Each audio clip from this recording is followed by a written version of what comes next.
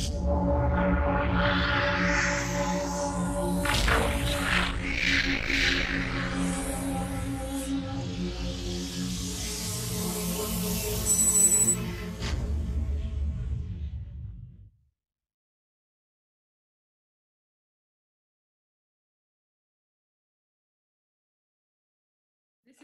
is Albert from FranceSoir, Robert Kennedy.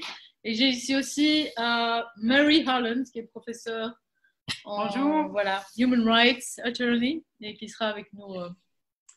Well, thanks a lot for making yourself available so rapidly. I actually was very impressed with the speech that you gave yesterday, and decided to actually make a paper in FranceSoir, who is in online media with an historic brand name, to speak about the message that you have. Probably my first question to you is, what is going on according to you in this world? Well, you know, I think there are people out there who believe that, suggest that the entire pandemic was planned, that the virus itself was genetically engineered, that it was either accidentally released or a planned release, that it was weaponized somehow. And the truth is, I don't think anybody knows the answers to those questions. But this is a crisis, and every crisis becomes an opportunity of convenience for authoritarian elements. And this one in particular has become an opportunity of convenience. In the same way that 9/11 was, you know, every major trauma is used by elites, whether it's military or intelligence apparatuses, or whether it's telecom companies, or in this case, I think you look at, you know, you ask the question, cui bono, who's benefiting? Well, the people who are benefiting most are, of course, the Silicon Valley billionaires who now control communications among the human race. Whether it's Amazon with Jeffrey Bezos, or Zuckerberg, or Bill Gates, and they're the ones who are continuing to make billions and billions, while the middle class globally is obliterated. All social programs are bankrupted.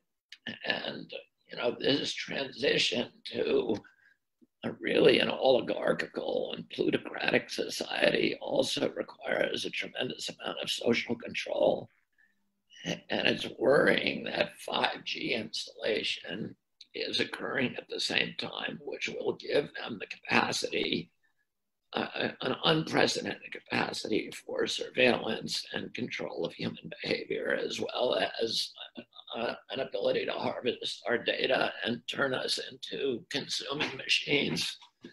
Well, I think that's what's happening. It doesn't matter whether it was planned or not. What's happening is it's being utilized to maximum effect to impose obedience and social control on humanity. And well, thanks a lot for that. And now turning, you've just spoken about who would benefit from that.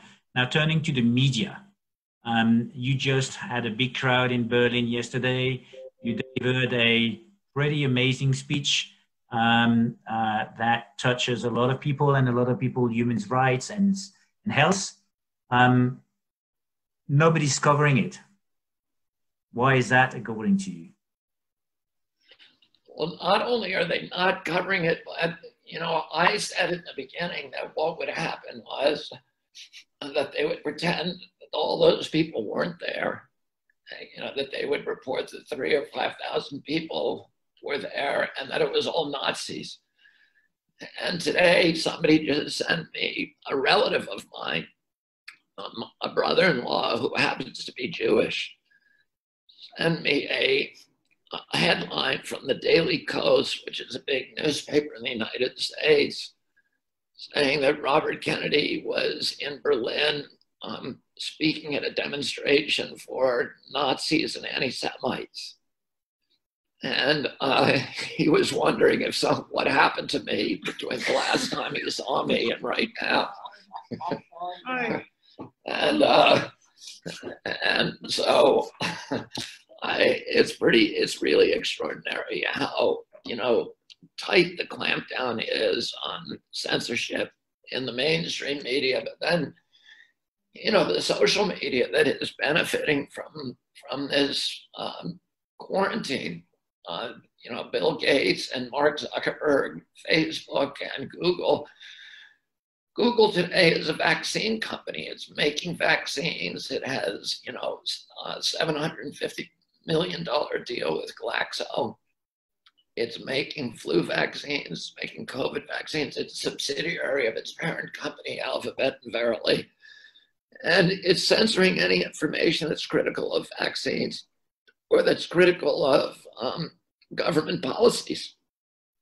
And, it's really, we're living in a world that is quite extraordinary. It's Kafkaesque. It's something that we thought maybe would happen someday because we read George Orwell and Aldous Huxley when we were kids and Kafka, but we never expected it would happen so soon. And, I guess it's time to strap your boots on and head for the hills if we have to, because they really have a chokehold on everything. On the media is extraordinary. Their ability to punish people, their ability to say without any challenge that I was here to speak to Nazis. And when the biggest stage ornament was a photograph, a huge picture of Mahatma Gandhi, who is not a big Nazi, icon, by the way. The master of ceremonies was a black man from Ghana. There was a Hare Krishna monk on the stage. This was the opposite of Nazism. It was people who love liberal democracy. It was people who love freedom and freedom of speech, and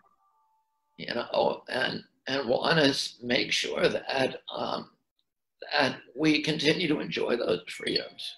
It was people who question authority, which is the opposite of Nazism.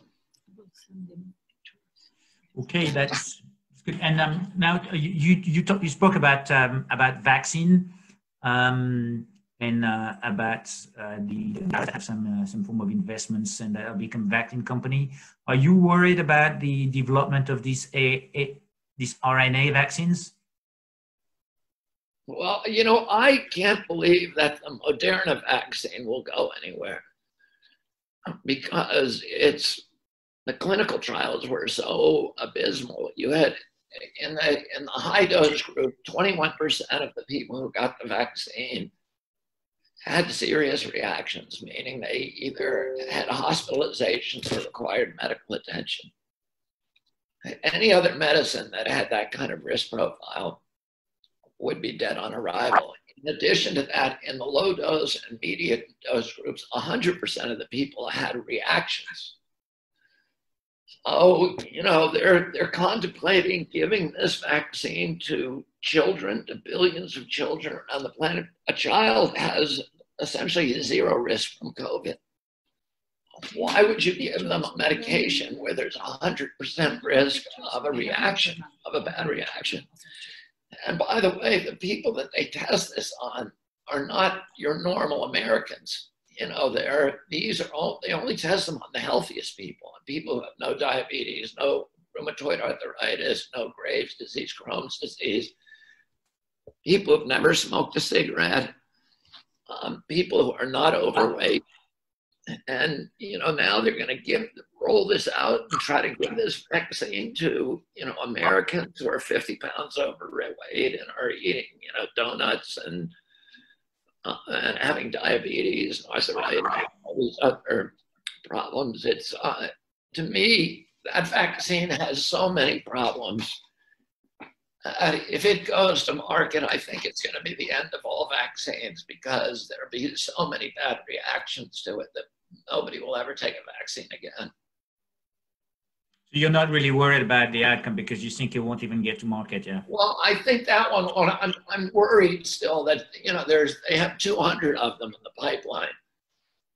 I think, you know, there's some places that have already passed laws that are going to mandate them once they get FDA approval, that they're automatically mandated. And that's insane. How can you mandate a product that you don't even know what it is yet?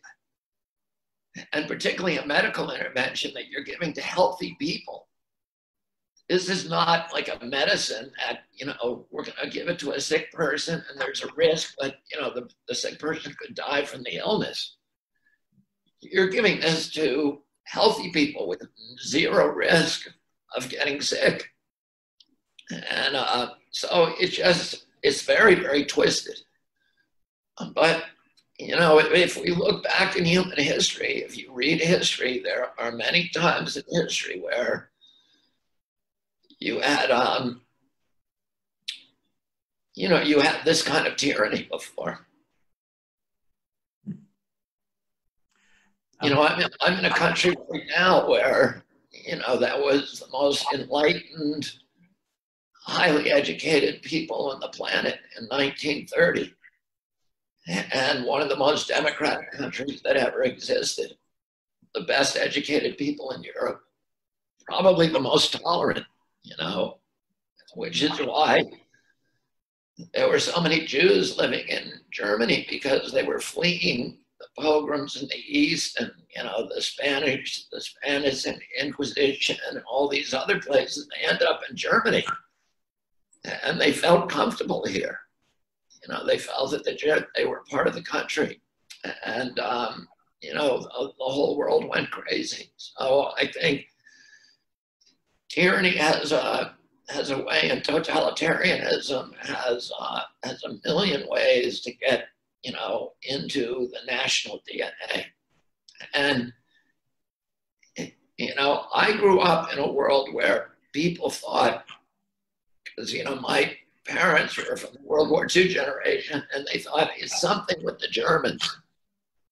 There's something wrong with the Germans, you know, but my father always said it's not the Germans, it's all of us.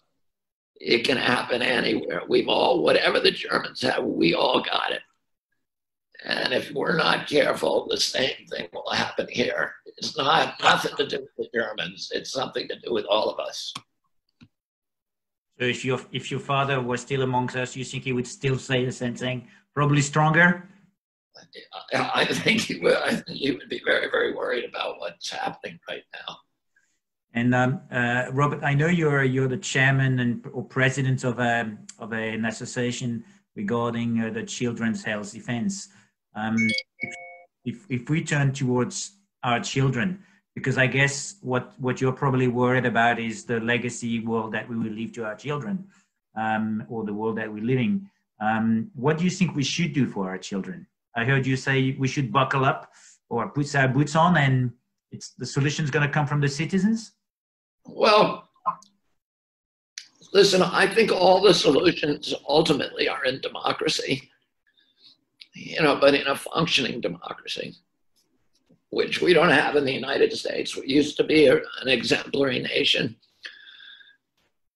We let the money into politics, and our democracy got undermined, and now people lost faith in it. And, you know, the regulatory agencies have been captured by the industries that they're supposed to regulate. The politicians have been corrupted. The votes don't count anymore. And you have these big industries that are now running the communication centers. The pharmaceutical industry controls network television. You know, and then you have the social media that has all of these agreements with telecom on 5G and with the big pharmaceutical companies. So we're seeing this medical cartel that has made these strategic alliance with social media and with telecom and with the intelligence agencies, by the way, and the military agencies. And we're really looking at the advent of a very, very dark plutocracy. I didn't mean to, I hope I can say something to cheer you up at the end of this. It's you know, the tone that you're saying is serious, but I think that there is some way out, because you're saying that we have, the way out is democracy, so we have to find our way through democracy and through citizens. Now, and I think that's why the institutions that still remain, most of the institutions that stand between a greedy corporation, a vulnerable little child, have been neutralized. You know, the Congress, the parliamentary system, those people have been bought by contributions. The regulatory agencies have been captured through all these mechanisms of agency capture. The press has been undermined and stolen from us. It no longer is, you know, it's no longer about telling the truth. It's about promoting orthodoxies, you know, government orthodoxies and corporate orthodoxies. And, but we still have the courts. You know, in our country, you're not allowed to sue a pharmaceutical company or injuring your child, but you can still sue them for fraud.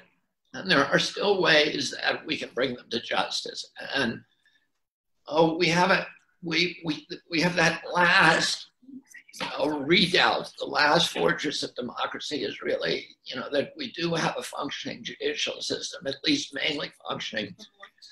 And then we have the streets.